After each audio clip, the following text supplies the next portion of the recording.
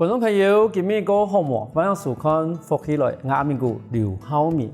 讲起我哋客家文学，其实係用我哋嘅文字去記錄我哋客家人嘅生活、土地，還有時代變遷嘅一種文學作品。故事像我哋早期嘅話，有關到我哋客家嘅文學嘅大家，譬如講我哋嘅龍應忠先生、鍾鐵明先生，還有鍾禮福先生，佢哋留下嘅客家嘅文學，其實係我哋身邊嘅客家人如何去熟悉、從事、偷去讀嘅一部分。我哋今日有請到來賓咯，以主導嘅一啲我哋講我哋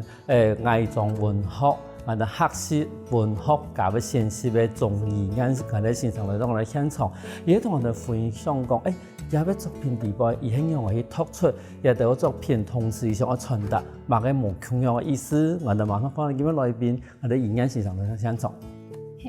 主持人好，各位觀眾大家好，我係鍾怡嫣。演先生，因為我哋節目開始啊，我係咪請同我哋觀眾朋友先即係紹介一下自己好冇？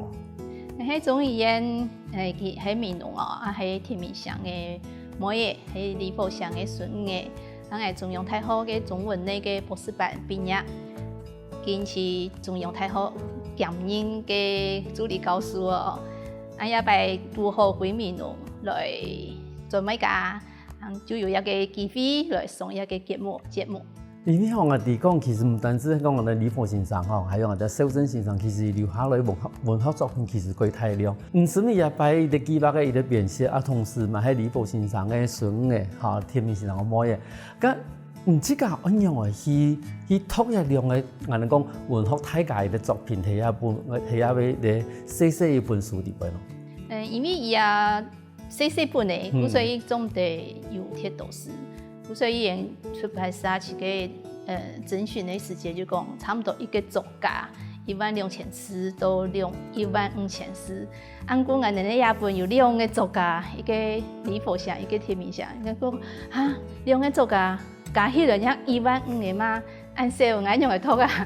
所以就我哋日本比起其他嘅本較盤啲嘅。所以我哋伊就講個2個作家就。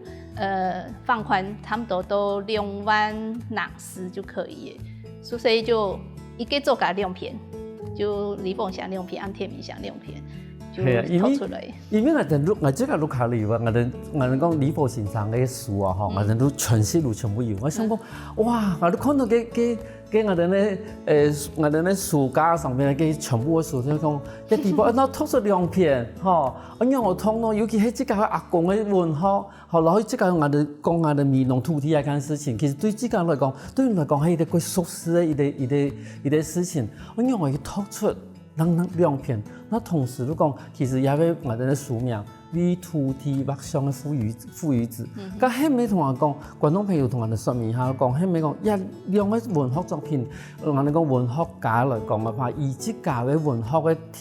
特性，後冇你講文學內容係咪有無同樣嘅一啲特性咯？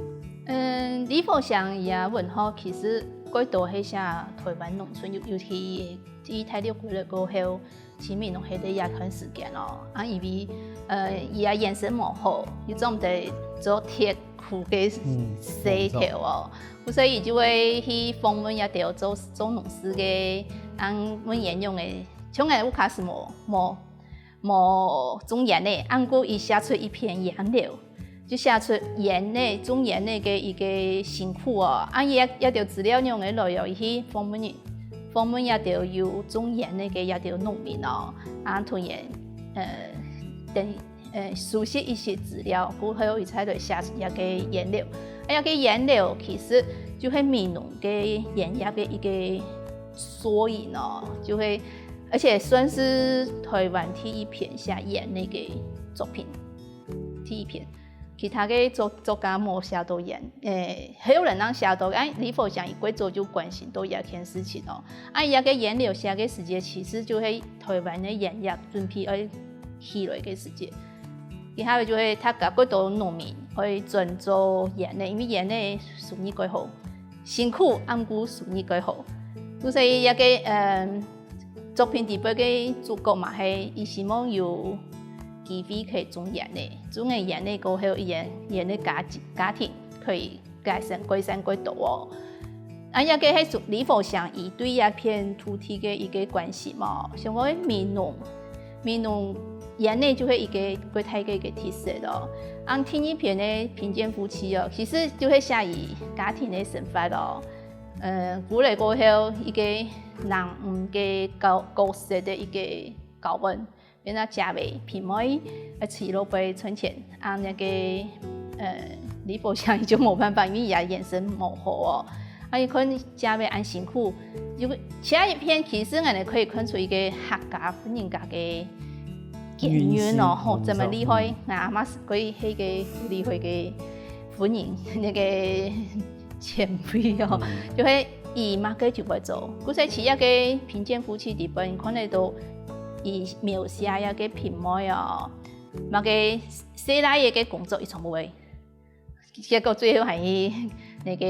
比输诶。头头阿人的先生有讲到讲，其实一本书伫尾写的如两片颜料，好同阿人的贫贱夫妻。种颜料伫尾吼，就头头有讲到，其实迄阿人第一篇讲中原的故事嘛吼。但是伫尾主角啊，我就想讲，也迄没有一啲讲。佢种睇讲啊，几时节的我哋说我哋农村有啲机会可以种盐嘅，好盐嘅可能会伴我哋嘅生活会改善，但是真是我哋冇种过，听讲其实种盐嘅工作quite多，好quite复杂，好，好似像地方有讲啊，一家嘅真的是身体冇办法出去，用啊刷个塔嘅。都看出去，好，他个你看下，一做下写的，迄每一篇文章底部嘛，系看到几时间啊的呢？农村底部希望利用种盐呢一件事情，去改善自家的农村的经济的一个，可能讲缩影。也嘛有，因为其实一篇伊翻译一个土地嘅对土地嘅一个重要哦，就会做批底部一祖国嘅阿爸，都冇土地。冇田来，伊都是本身工作嘅一个田，就本条家属证去嘅，所以伊领安条是包饭模式就会去弄摆喺伊家田嘅地方去看伊个那个活位，所以就看都足够嘅时间，伊就下其实就会政府嘅3500间族啊，然后跟着有7天要有政策，变成说伊可以去铺一个田，可以量到一个田，只要够下一个水金，一个钱，伊就一块土地就可以压的。所以就变说，伊又过感觉说，伊爸一生人冇土地，已经有土地的，所以接下来就会家庭运用会变好。就应该是农村的一个转变哦，会睇嘅一个转变。像头头我哋咧以前先生讲呀，其实平妹先生如爱去外面去工作。好，然后李佛先生喺度写文章写歌嘅，好似像一篇文章里邊，中途都有講到講，其實喺本人哋咧綜合看嘅一本書，佢從一部分上表達出幾時節的一種算是男女平權嘛，還是說其實在那個這個時代里邊，其實唔但冇講嘛男主外女主內，其實安尼情形嘛，其實嘛幾常見啊。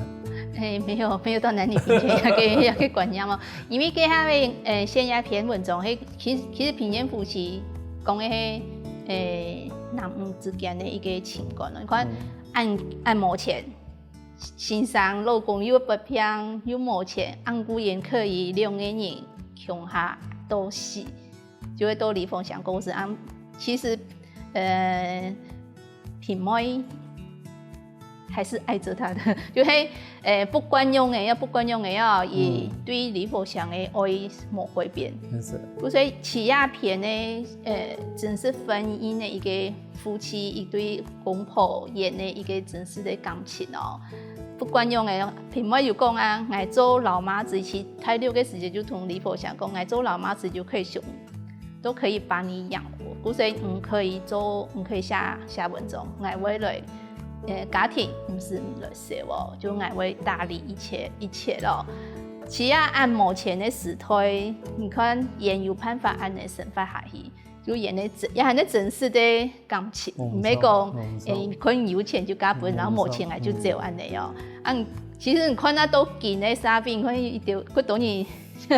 就离婚的什么心情无相同啊，就理念无相同就离婚。按款言都按辛苦都还可以共下哦。啊，第八其实还有反映的，李伯祥写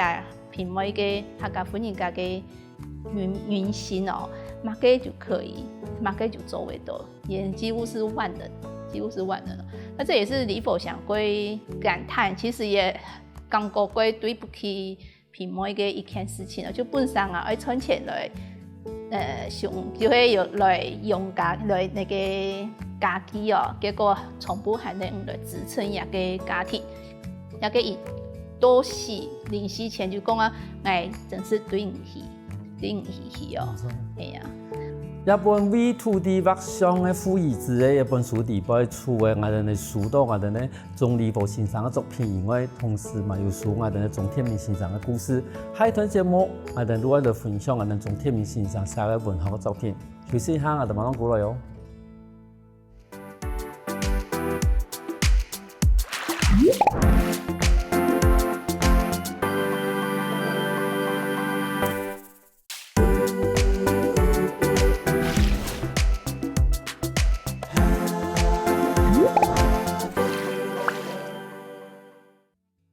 翻過來，復起來嘅。上個節目，我哋從影眼先生同我哋講，為土地畫上嘅父遺子一本書底背，我哋鐘立波先生嘅一個兩篇作品。接觸下來，我請我哋影眼先生同我哋分享講，一本書底背其實話有鐵面先生嘅兩篇作品。咁咪同我哋講係手機下，一兩篇作品係用嘅作品啊，同時有內容係用嘅。鐵面上嘅也兩篇哦，本身係一開始係那種。因為係那本新年看的就會總好神哦，所以想說唔好按樣修。本來一開始上的係那個朱從下的人家，另外一個編輯嘅顧問講也個蠻好的，就是三八公嘅傳奇，300公傳奇哦。其實它可以跟那個顏料李佛祥嘅顏料做一個連接，就是同土地嘅一個感情哦。300公傳奇係寫一個老農。演一個公婆嘅事情哦，因為演老嘅按細年嘅從不去都市工作，模擬留啊是上下，按演之間還有鋼田哦，按鋼田老人家你想啊演不是就會問細年嘅過來拿米過去是講一個本人嘅，其實細年嘅也其都市從不有是條路，唔會問演在過去鋼田困難。演自家有田，就有一個主角，就是個退書店，是個聊天的時間、抬槓的時間講，如果我係個山係有人愛嘅話，可能冇人愛，結果就真是有人愛，講嚇，我哋個是個那個山腳下嘅個貧瘠嘅土地，因為有人想愛買，講1分田200萬。伊講一個論價嘅田買起來是論千萬哦，所以一個主角想到哦，按多錢，伊就規就心情幾好啊，按規也價位完全第一件事情哦，講又想愛買土地一件事情哦，當到也欣賞講哈，我買我哋辛辛苦苦耕田種下來嘅土地，伊個深度裡就怪唔攀得。故說一個有想愛買啊，伊也價位講做唔得，一個係我哋辛苦一生人嘅土地哦。一個主角就講，看一條後生嘅，從不去路邊是條路嘅，我揾那隻回來鋼鐵。按太個火風就搶我哋兩個人嘅。明日就個火風會打你呢，咁我學做，我學咯。一個價位明日也是少，就明日就會。每禮拜6到誒，就像一個支天地會過來嘛。假日禮拜6嘅就從不火風收槍嚟，就電源會過來嘛。也用地會過來嘛。每禮拜就按嚟哦，按太個火風。所以一個一個主角就講，我係唔買下禮拜，慢慢半夜買係，因為也冇可能過來鋼田。冇可能過來哦，都下禮拜也買，唔當係一個買嘢係件好幸福個。一個就想講啦，那個300公嘅傳奇，就係有一個故事啦，講一個300公滾冇錢，目前的时间就会多2-3-4个时间，他感觉去阿公婆，啊，有目前去买猪肉，目前去买一条3升有几摆哦，啊，好不容易去那个买猪肉嘅，从个头家讲，爱钱抢唔钱，等爱来也过来，咱来拿钱分哦，结果本身头家讲好，哎呦，猪肉卖贵要3倍哦，是个我个地方杀，结果头家用总做唔得，伊个如果按目前。你那叫还的钱去哦，所以要个条件样就都有卡，同个是个某个地方杀个猪肉掉贵的，所以也人上次俺不冇东西摆祖先跟阿公婆，俺半夜的时间也来就过来，带点钱过来，就存点钱过来，结果呢，他赶紧摆跟阿公婆摆个。3升盐摆个迄均匀，有迄什么个，就迄拍元钱哦，就迄钞票啦，就钞票就结果呢，就天日他家就伫好300公元我卡跟阿公婆用钱去跟阿公婆，他赶紧就来拜年，就讲哦有钱真是好呢，有钱他赶紧发行300公，咁无他赶紧行伊3斤狗，不是那种狗，同别人100公的哦。所以有钱过好哦，所以就一个爱买田同唔买土地也件事，也个之间的一个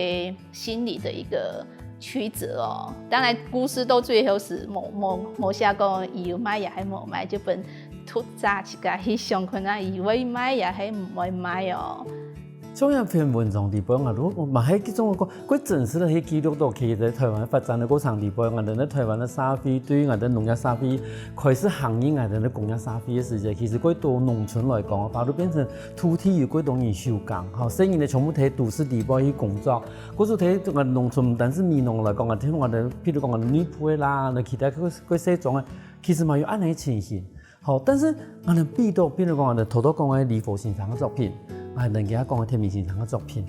量之外，如何记录一块土地的事情，但是嘛，同时，一两篇作品摆放来看，你可以看到伊的土地，对伊的我哋咧耕农，吼，我哋讲去屯垦嘅耕田的农夫，好不容易有一个机会，伊可能有这家土地嘅，可是一段时间，伊可能只是靠一块土地去学这家落下，学这家生意呢，好，睇下以后，屯屯时代政府行到我哋工业沙飞嘅。当初一块得来不易的土地，变成唔得买嘛，变商品，对，嘿。可是我看一两个作品，一两之后的作品，不用下时间，你只是看到伊的台湾沙飞提差不多5-6年的时间，转换的规格，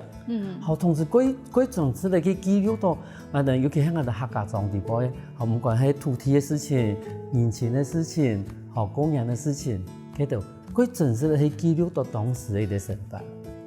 呀，就会，所以给他的悬崖用片像个，岩流线的，跟另外一片就悬崖也给300公传奇，因为都好石头安尼演变下来，有看一个农村的一个变化，不然土地好得唔多呢，结果到后来嘅时间，因为300公传奇差不多就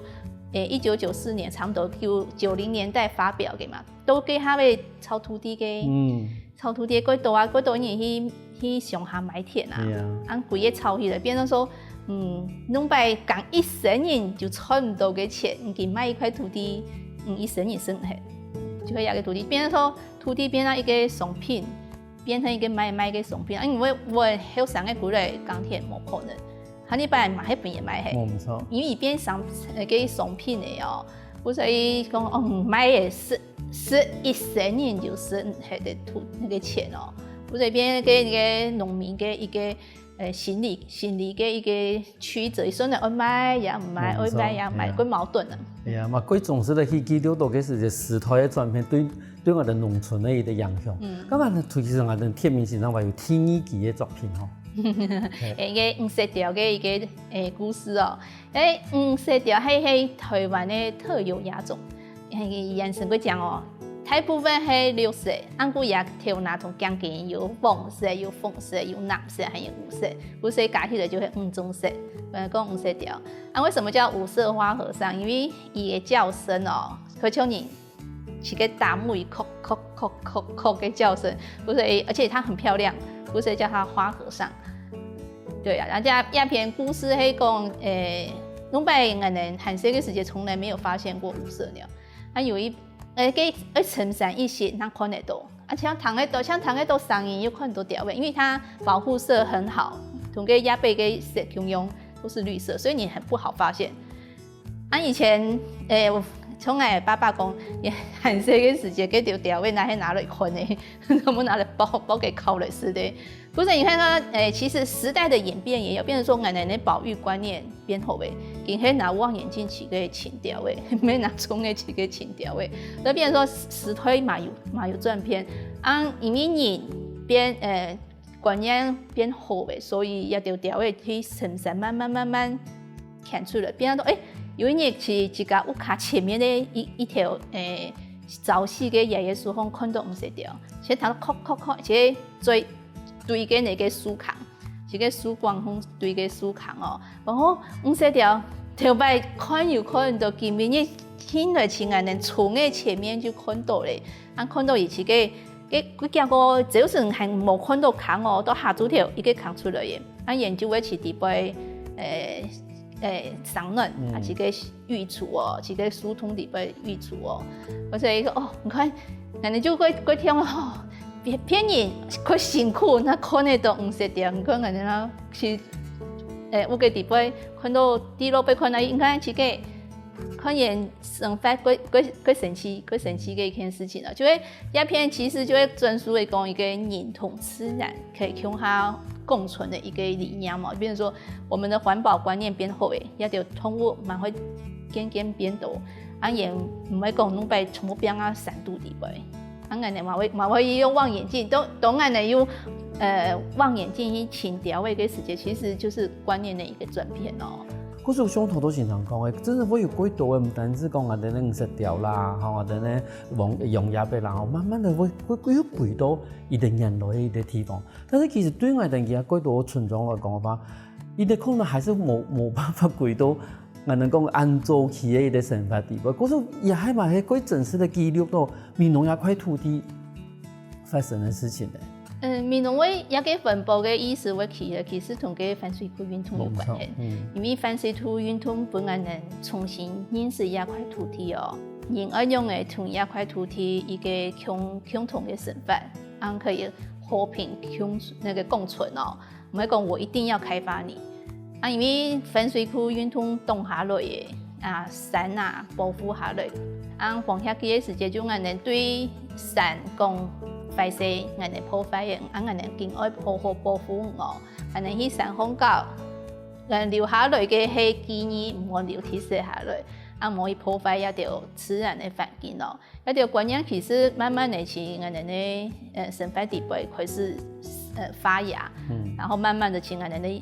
嘅後腦地位、建議地位已經升值了，所以一條通過俺哋幾唔可以有人去講，其實幾少嘅啦，幾少講人可以去踏入。是一條野生動物個，還有應該嘛係人，俺哋嘅生活開始變好嘅，唔會相信是一條東西，所以俺哋從來唔是一條東西嘅，一條你講佢隨個按可愛嘅東西，用判得對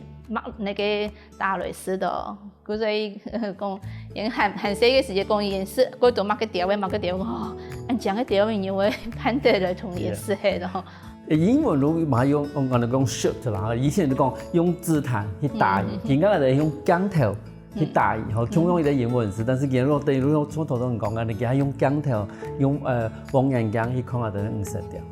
可是通用伊個文學作品地位，唔單止可以反映到嗰時節嘅社會嘅風土，同時嘛可以把嗰時節最初衷嘅一個事情去記錄下來。休息下，我哋下我哋買嗰度過程嘅故事。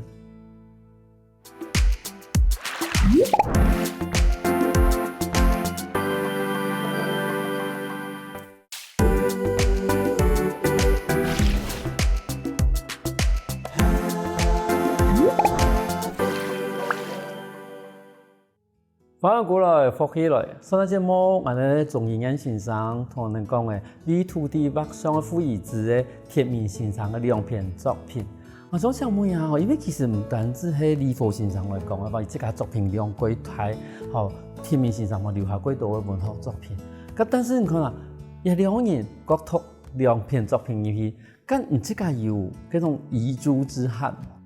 有啊，因为私塾嘅限制哦，所以冇辦法上嗰度。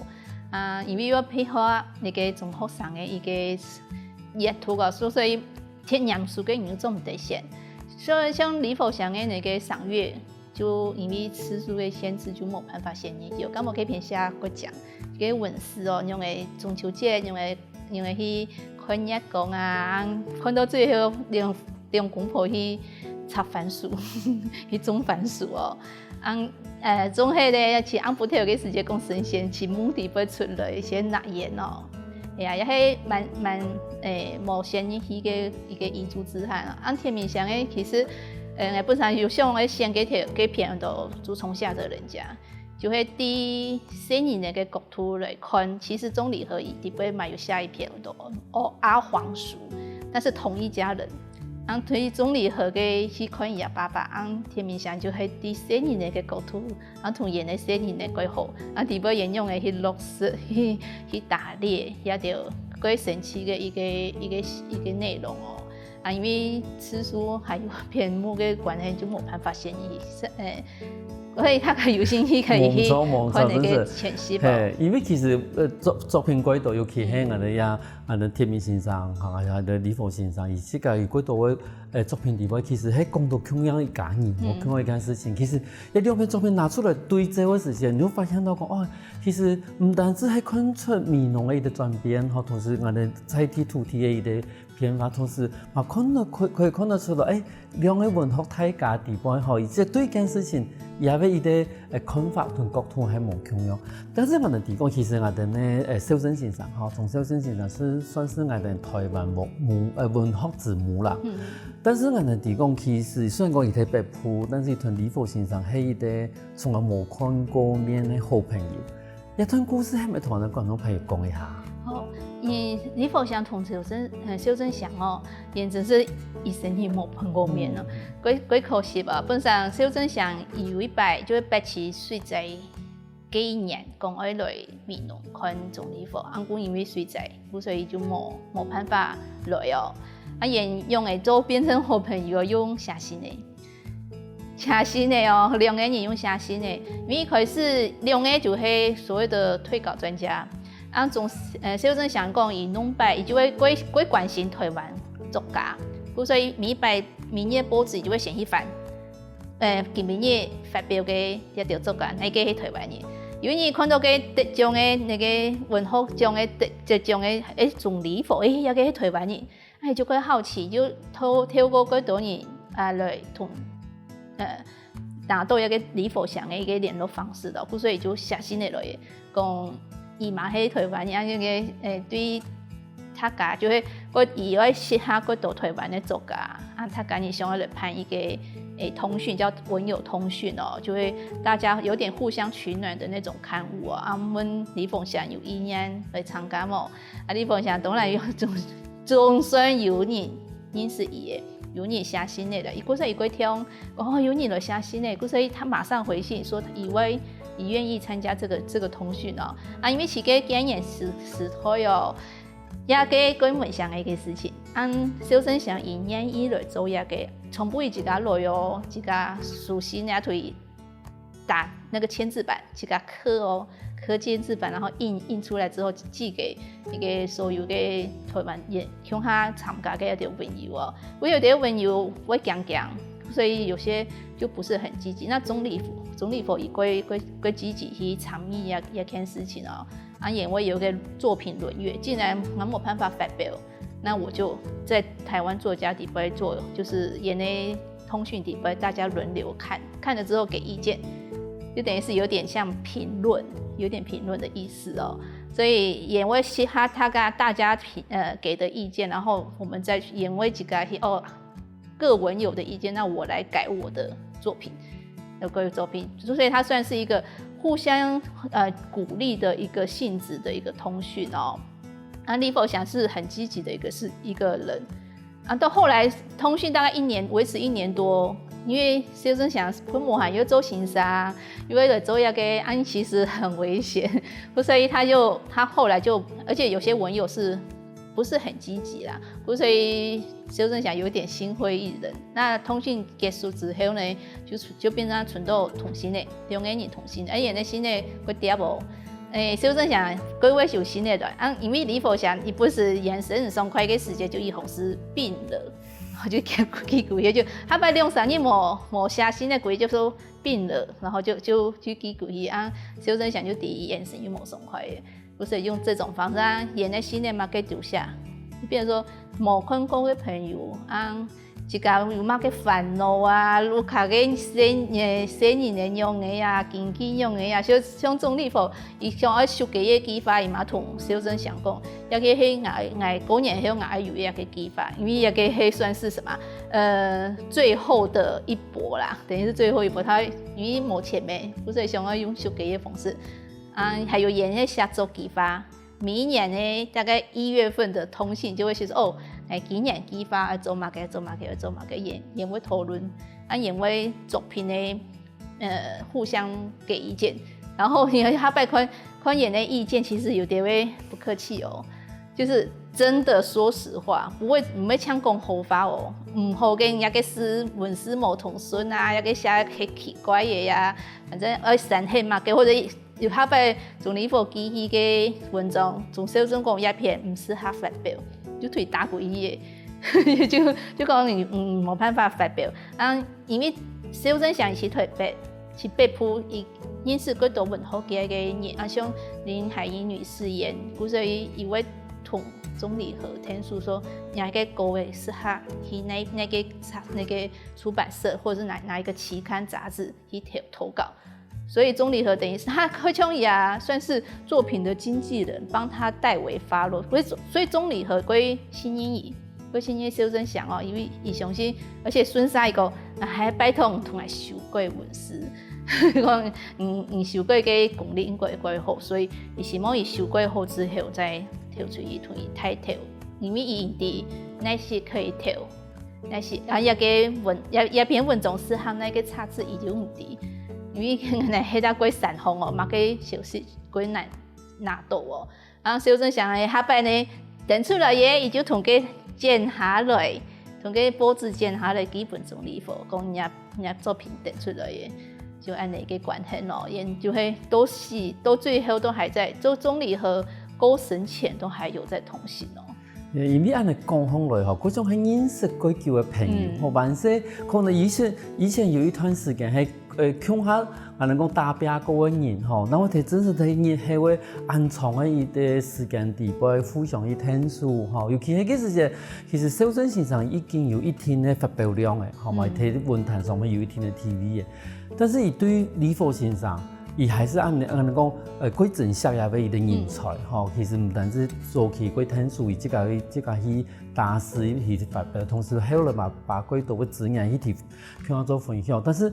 真係相當講，有人真係從來冇看過面，因為對文學嘅啲來來去去嘅時間，都發現到講，也應該認識幾久嘅啦。係啊，但是你看，其實我哋咧小鎮先生吼，我哋講伊喺我哋台灣咧太河小說的一啲，我哋講是先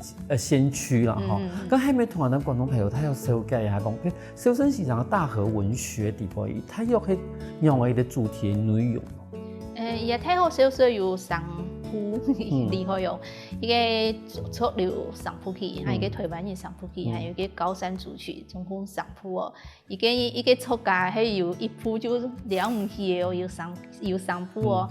上鋪從不過上百萬字嘅一個作品哦。一個係一片線嘅係那個台灣人上鋪去的嗰個《插天山之歌》。就係算是比較後期嘅作品，也文學嘅筆法嘛幾成熟，嘛冇條白的那種比較尖、比較不好讀的。不過也作品風格嘛係幾寫實嘅，也底背就係抗日一個家族一個故事哦，也個《插天山之歌》就係一個抗日嘅。一個劇情情節，主要是一個抗日哦。下擺小鎮時講，小鎮想伊下擺過後講伊講，邊國民黨嘅一個追殺哦，伊下擺會同各位投到中央日報。讲伊含的第一那个口述历史哦，伊讲这个是保护色。中的